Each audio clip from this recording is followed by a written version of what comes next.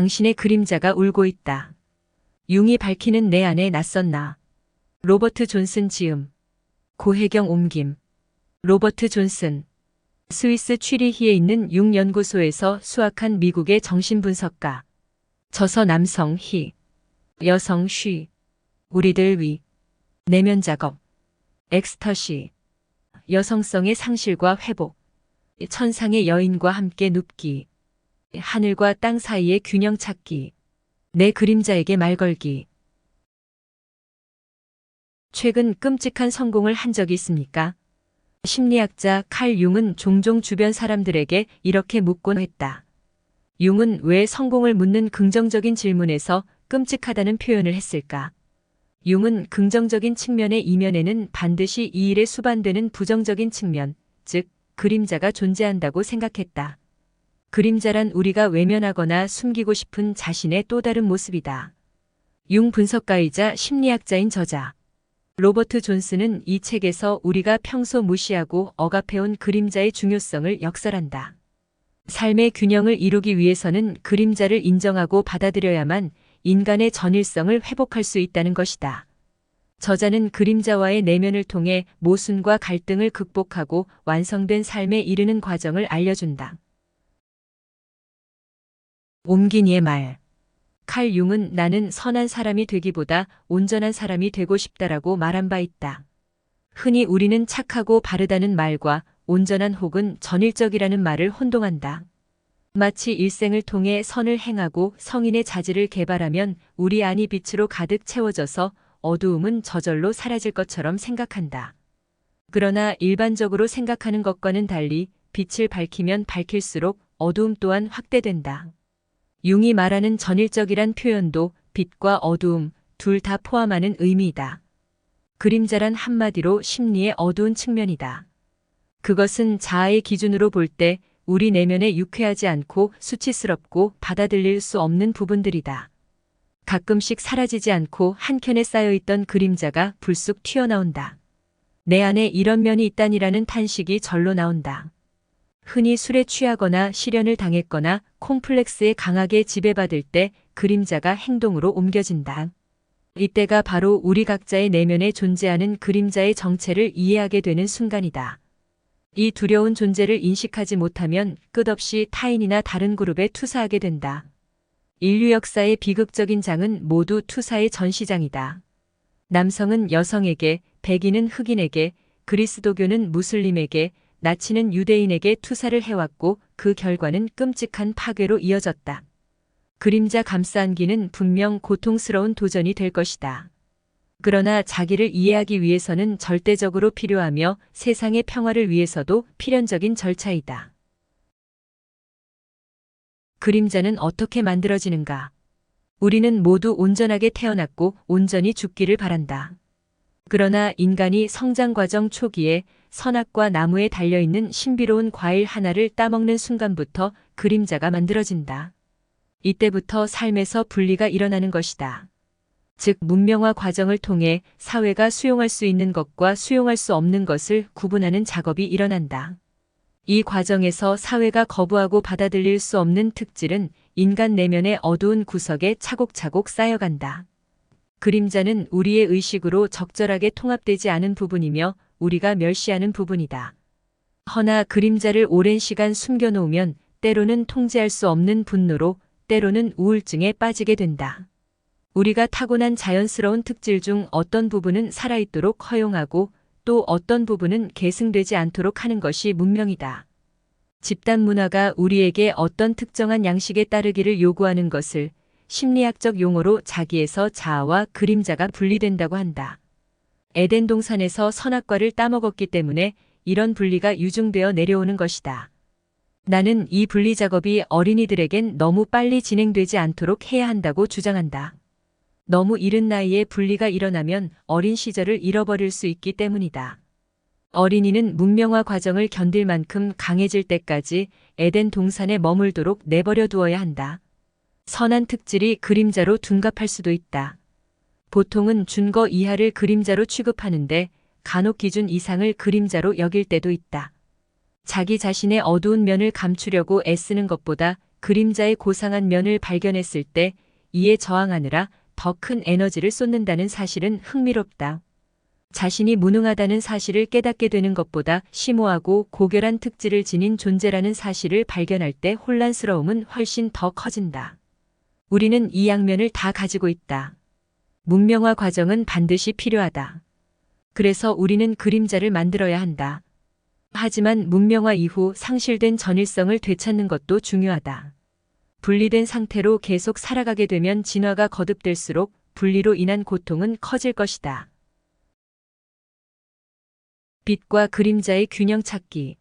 시소를 이해하면 심리의 기작을 이해하는 데 도움이 된다. 우리는 사회와 과정을 겪으면서 신이 부여한 특징 중 사회가 수용하는 면은 시소의 오른편에, 그렇지 않은 면은 시소의 왼편에 올려놓는다.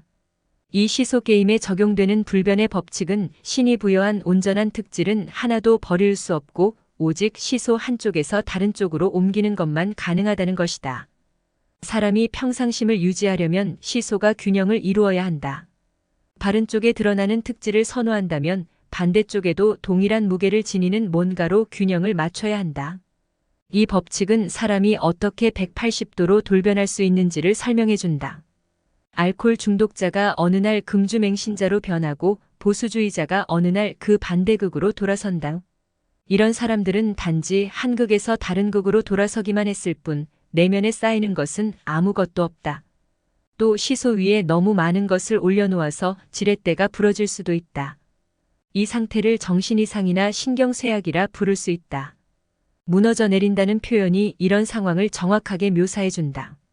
따라서 엄청난 에너지가 필요하지만 우리는 반드시 좌우의 균형이 깨지지 않도록 노력해야 한다. 그러나 우리는 시소의 바른 쪽에만 가능한 한 많은 성인의 자질이나 선을 쌓으려 한다. 그리고 성인의 자질을 갖춘 사람을 마치 선만 있는 사람처럼 묘사한다. 이는 시소의 바른 쪽으로 모든 걸 옮겨놓은 듯한 인상을 주는데 이런 상태는 대단히 불안정하다. 한순간에 다른 쪽 극으로 돌변할 수 있기 때문이다. 균형은 이미 깨어져 삶 자체가 불가능하다. 수많은 예술가들이 왜 사생활에서 그렇게 많은 어려움을 겪는지도 그림자를 통해 알 수 있다. 협의에 제한된 창의성은 그만큼의 협소한 그림자를 불러내지만 광의의 창의력은 더 깊은 어두움을 불러낸다. 음악가 슈만은 정신 이상으로 고통스러운 말년을 보냈고 피카소의 어두운 측면 역시 우리에게 널리 알려져 있다. 창조적인 남성들의 그림자에 대한 대가는 그 곁에 머무르는 여성들이 치르는 경우도 빈번하다. 또 창조적인 여성의 어두운 면, 곧 창조의 부산물 때문에 에너지가 고갈되는 남성도 많이 있다. 최악의 경우는 창의적인 부모의 그림자가 자녀들에게 전가되는 경우이다. 성직자가 있는 가정의 자녀들이 어려움을 겪는다는 이야기나 부유한 부모를 둔 자녀들이 오히려 의미 있는 삶을 살기 힘들다는 것은 어느 정도 알려진 사실이다. 그렇다면 우리는 내면의 창의성에 수반되는 어두운 면을 어떻게 다루어야 하는가? 누군가에게 친절을 베풀거나 가족을 보호하거나 집을 아름답게 꾸미는 등의 모든 행위는 그림자를 만든다. 그렇다고 자신의 창의력을 거부하거나 선행을 중단해서는 안 된다. 분석 심리학자 프란츠 박사는 친구와 한 집에 살 때 둘 중 한 사람에게 행운이 생기면 그 사람이 한 주일 동안 쓰레기 치우는 일을 맡았다고 한다. 단순하지만 매우 효과적인 행위이다. 상징적으로 말하자면 긍정적인 일이 생길 때마다 반드시 이 일에 수반되는 그림자적인 측면을 행동으로 옮기는 것이다. 융은 종종 친구들에게 최근에 끔찍한 성공을 거둔 적이 있는지 묻곤 했는데 이는 빛과 그림자가 아주 가깝다는 사실을 깨닫고 있었기 때문이다. 자아와 그림자는 같은 원천에서 만들어지고 서로 정확히 균형을 이룬다는 것이 융이 발견한 위대한 통찰 중 하나이다. 오늘날 우리가 이룩한 효율적인 사회의 정반대편에는 권태와 외로움이란 그림자가 불가피하게 등장한다. 전 지구적으로 신세계를 향한 유토피아적 비전이 거대해진 만큼 전쟁과 분쟁도 증가했다. 현대 사회의 뛰어난 창의력은 이에 수반되는 그림자를 인식하고 이를 현명하게 다룰 때만 제대로 유지될 수 있다. 상징적 행위로 삶의 균형 이루기. 우리는 의례나 의식을 통해 균형을 되찾을 수 있다. 나의 경우 강의를 잘하려고 애쓰고 좋은 책을 쓰려고 성심성의를 다하는 편이다. 나의 이런 노력은 즉시 내 안에 있는 최악의 것들을 응집시켜 그림자를 활성화한다. 이 그림자를 드러내지 않으려고 노력하지만 아주 곤혹스럽게 밖으로 표출될 때가 있다. 이때 무의식 안에 방치된 그림자를 다루려고 노력하지 않는다면 누군가에게 무례하게 대하거나 내 끔찍한 면이 타인에게 드러나거나 아니면 우울증에 빠질 것이다. 창조적인 일을 한 다음 바로 의례나 의식을 치르는 방식으로 내면의 균형을 회복할 수 있다. 의례는 혼자 하는 것이 좋다. 그러면 누군가를 괴롭힐 필요가 없어진다. 폭력적인 삼류 소설 한 편을 쓴다거나 적극적인 명상도 도움이 된다. 이런 상징적 행위들은 바로 그림자를 존중하는 것이고 이런 방식으로 삶의 균형을 회복할 수 있다. 자신의 어두운 면을 거부하면 자신도 모르는 사이 내면에 그 어두움이 축적된다. 이것이 나중에는 우울, 질병 혹은 무의식적인 사건, 사고, 나아가 사회 전체에 영향을 끼친다. 어떤 신문이든 일면은 집단의 그림자를 우리들에게 던져주는 장이 된다. 현대 심리의 가장 위험한 면은 바로 자신의 그림자를 우리가 아닌 그들, 즉 이웃이나 다른 민족 혹은 다른 문화에 속하는 사람들에게 발견하려는 것이다. 그 결과 지난 세기의 발발한 세계대전은 현대사회가 이룩한 소중한 것들을 송두리째 파괴했다. 누구나 개인적으로는 전쟁을 비난하지만 집단이 되면 전쟁을 일으키는 쪽에 찬성한다. 이런 파괴와 혼란의 주체는 집단의 그림자였고 우리 모두 예외 없이 그림자 형성에 기여했다. 만일 한 세대가 이 그림자의 특질을 표출하지 않은 채 평화롭게 문명을 누렸다면 다음의 20년은 그동안 살아내지 않았던 그림자가 분출하여 아무도 원치 않는 전쟁을 일으킨다. 그림자를 표출하고자 하는 집단의 욕망은 어두움을 보듬으려는 개개인의 결정을 대체한다. 그래서 규범을 잘 지킨 창의의 시대 뒤에는 반드시 파괴의 전시장 같은 충격적인 시대가 뒤따른다. 위대한 문명을 이룩하면 할수록 그 자체의 파괴성도 증가한다. 좋든 싫든 우리는 온전해야 한다. 파열된 우리 세계를 치유하는 것은 자신의 그림자를 받아들이는 용기와 통찰을 지닌 개개인으로부터 시작되어야 한다. 우리는 빛과 어두움을 결합하여 더 나은 방향으로 진화하도록 은총을 부여받았다. 이것이 진정한 신성함이다. 그림자 투사하기. 의식적으로 그림자 작업을 하지 않는 사람들은 대개 자신의 그림자를 저도 모르게 투사하게 된다. 이 말은 자기 그림자를 다른 사람이나 다른 뭔가에 슬쩍 내려놓아 자신이 져야 할 책임을 회피한다는 뜻이다. 중세는 서로가 서로에게 그림자를 투사하는 시대였다고 해도 과언이 아니다. 오늘날 온갖 업계에서 우리 대신 그림자를 떠안기 위해 혼신의 힘을 다하고 있다. 이를 위해 제공되는 것이 영화, 패션 디자인, 소설 등이다. 언론에서는 매일 그림자적인 특질을 외부에서 충족하도록 재앙이나 범죄, 공포의 뉴스를 다룬다. 이는 원래 각자의 내면에서 의식의 일부로 통합되어야 할 그림자 특질들이다. 자신의 몫을 바깥 세계로 돌릴 때 인간 심리는 전일적인 것이 아닌 부분적인 것으로 머문다. 인간 역사의 어두운 장은 타인에게 자신의 그림자를 전가할 때 펼쳐진다.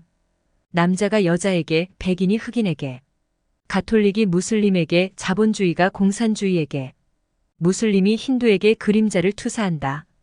이웃 간에도 이런 일이 일어난다. 한 가족을 희생양으로 택하여 마을 전체의 그림자를 그 가족에게 짊어지도록 하는 것이다.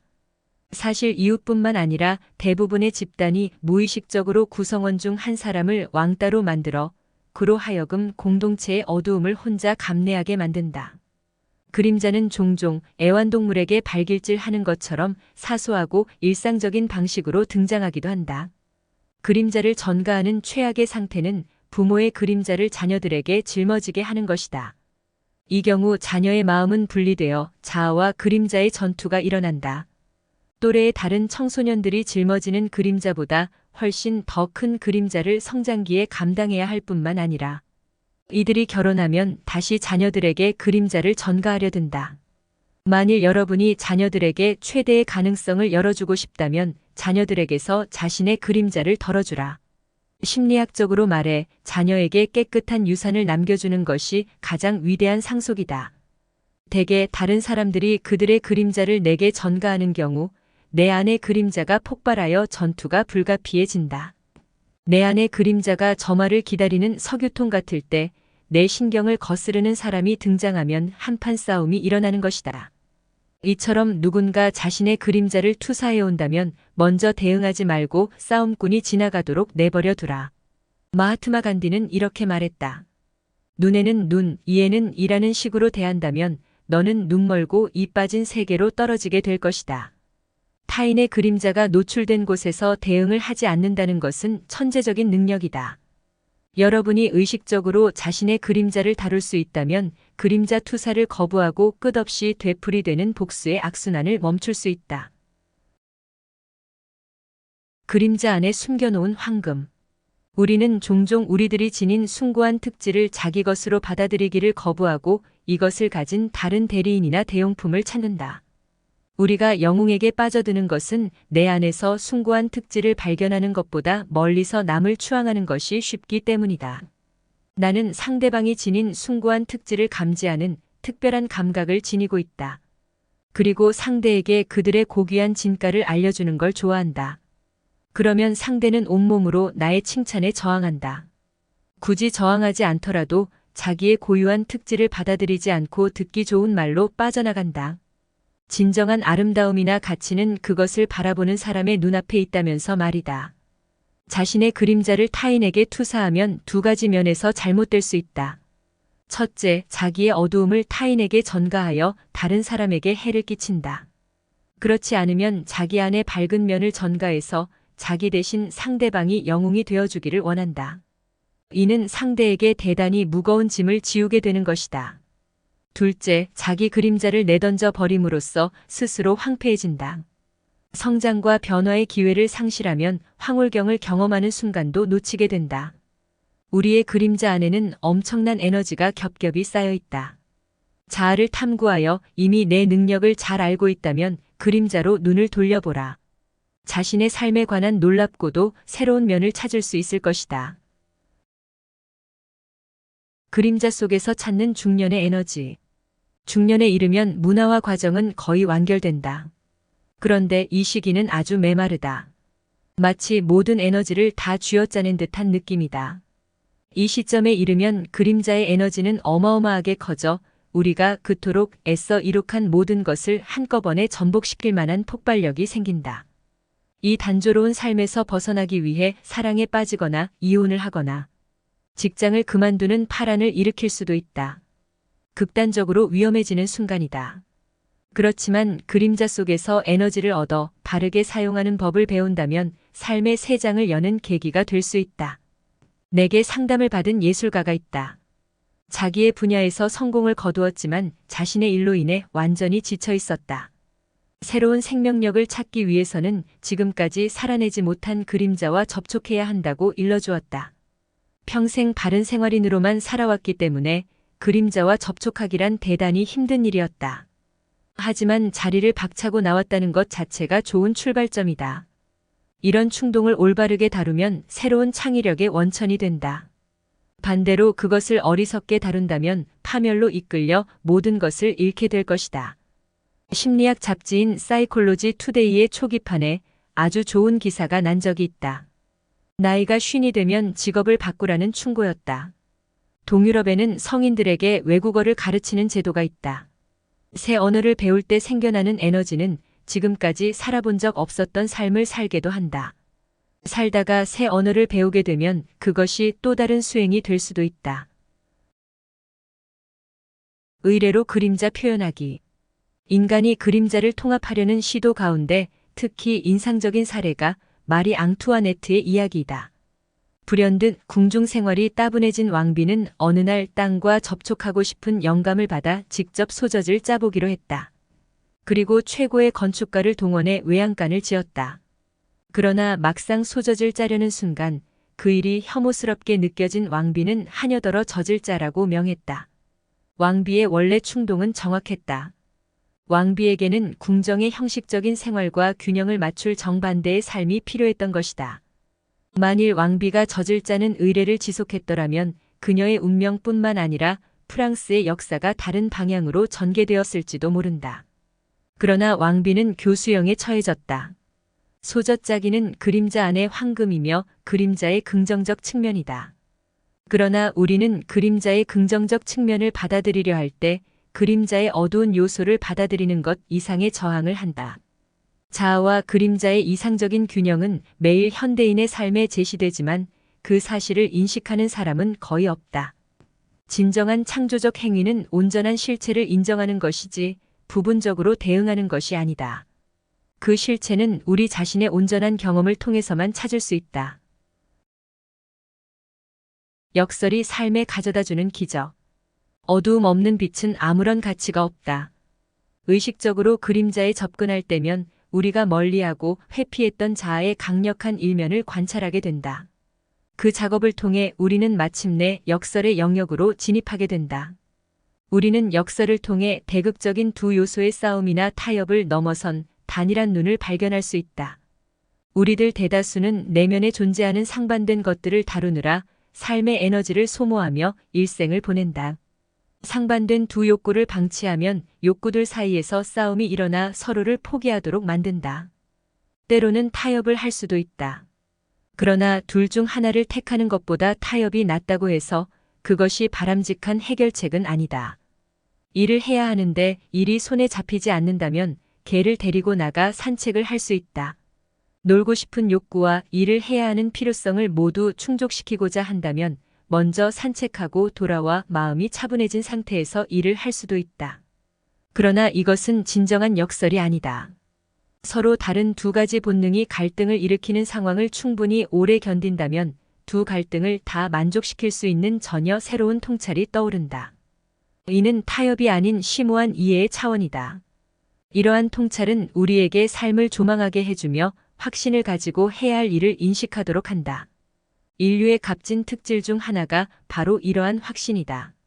해결책은 서로 대립하는 상반된 에너지의 동력 안에서 탄생되어야 한다. 이기는 것은 좋다. 그렇지만 지는 것도 괜찮다. 가진 것도 좋지만 가난한 사람에게 나누는 것도 좋다. 자유는 좋지만 권위를 받아들이는 것도 괜찮다. 우리 삶에 등장하는 요소들을 이러한 역설적 방식으로 바라보기 시작하면 새로운 가능성이 펼쳐진다. 대극적인 것을 서로 반대라고 말하지 말자. 이 대극적인 것들이 인간의 한계 상황에서 신이라는 실체와 만날 수 있도록 보완해준다. 모두 신의 진실을 나타내는 것이란 생각을 하도록 스스로를 훈련해야 한다. 그림자 감싸안기. 가장 두려워하는 것을 찾아라. 다음 단계의 성장은 바로 그곳에서 일어난다. 우리가 그림자를 소유하고 그것을 가치 있고 위험 있는 자리로 끌어올리고 나서야 비로소 고귀한 화합의 장인 역설이 존재할 수 있다. 자신의 그림자를 소유하는 것은 곧 영성을 체험하는 장을 마련하는 것이라 할 수 있다. 가장 값비싼 진주는 일상의 갈등과 긴장 속에서 찾을 수 있다. 주어진 임무를 당장 수행할 것인지 좀 더 오래 빈둥거리며 몽상을 계속 즐길지 갈등하느라 대부분의 시간을 보내는 사람이 있는가. 그런데 어느 한쪽도 신성하지 않다. 신성한 자리는 정확히 이 둘 사이에서 발생하는 역설 안에 존재한다. 사이콜로지 투데이의 초기 표지에는 대단히 도발적인 문장이 쓰여 있었다. 그저 뭔가 하려 들지만 말고 그 자리에 멈추어라. 농담처럼 들리는 이 표현은 우리가 절실히 필요로 하는 것에 대한 주의를 환기시킨다. 의식적인 기다림을 통해 역설은 다음 단계로 넘어가게 된다. 이때 자아는 아무것도 할 수 없다. 자아보다 더 큰 뭔가를 기다려야 한다. 무의식은 자아가 한계에 부딪히도록 하기 위해 희망이라곤 없어 보이는 갈등을 바란다. 그래서 인간은 어떤 결정을 하든 실패하게 될 것이라는 사실을 깨달아야 한다. 이는 자아의 우월감이 깨어지도록 만든다. 그렇다고 아무 결정도 내리지 않는 것 역시 잘못된 것이다. 아무것도 하지 않으면 아무 일도 일어나지 않기 때문이다. 그러나 윤리적인 사람이 자기 존재의 핵심에 도달하는 고통을 겪어내려 할 때 자기가 등장한다. 종교적인 표현을 빌자면 아무것도 할 수 없는 상황에서 인간은 신의 행위에 의존한다. 역설에 동의한다는 것은 곧 고통을 받아들인다는 의미이다. 이는 자아보다 훨씬 큰 세계를 의미한다. 이러한 체험은 우리가 더 이상 앞으로 나아갈 수 없다고 느끼는 지점, 해결책이라곤 전혀 없어 보이는 바로 그 지점에서 정확하게 일어난다. 이 순간은 자기 자신보다 훨씬 더 큰 곳으로부터 초대를 받은 순간이다.